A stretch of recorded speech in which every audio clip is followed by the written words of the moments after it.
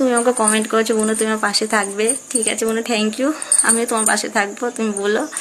আর দাদাদেরকে বলছি তোমরা আমাকে কমেন্ট করো, ঠিক আছে, থ্যাংক ইউ দাদা। এমন করে সাপোর্ট করবে, কমেন্ট করবে আমাকে, আমি উত্তর দেওয়ার চেষ্টা করবো, একদিন না একদিন ঠিক তোমাদের উত্তর দেবো আমি। তোমার সবাই তো জানো সিকিউরিটির জব করি, সারাদিন খাওয়ার টাইমটাও পাই না জানো তো, সারাটা দিন কাজ করি আমি। কেন আমার বর আমাকে তো পছন্দ না, 3 মাসের বেলায় আমাকে মেরে ধরে তাড়িয়ে দিয়েছে, দূর হয়তো আমি হসপিটালে ভর্তি ছিলাম জানো। কেন বলো তো, তোমরা কিন্তু জিজ্ঞাসা করেনি, আমি নিজের থেকে বলছি, কেউ খারাপ ভেবো না।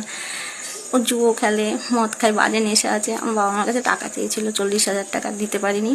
আজকে 2 বছর বাবা মা বাড়িতে পড়ে আছে, কোনো খোঁজ খবর নেয় না। বাড়িতে কি আর বলবো, অন্যজনের হাতে রান্না খায়, অন্যজনকে নিয়ে ঘুরে আসি। আমার মার বয়সের থেকে বড়, এতটা পুলিশের চাকরি করে, এত নেচার খারাপ। আমি আইনে এখনো কিচ্ছু করতে পারি না, জানি না কবে টাকা পাবো, খাওয়ার খরচা কি করব ভগবান জানে। কিন্তু আমি চেষ্টা করব, তোমরা আশীর্বাদ করো আমি যেন জিততে পারি, তোমরা আশীর্বাদ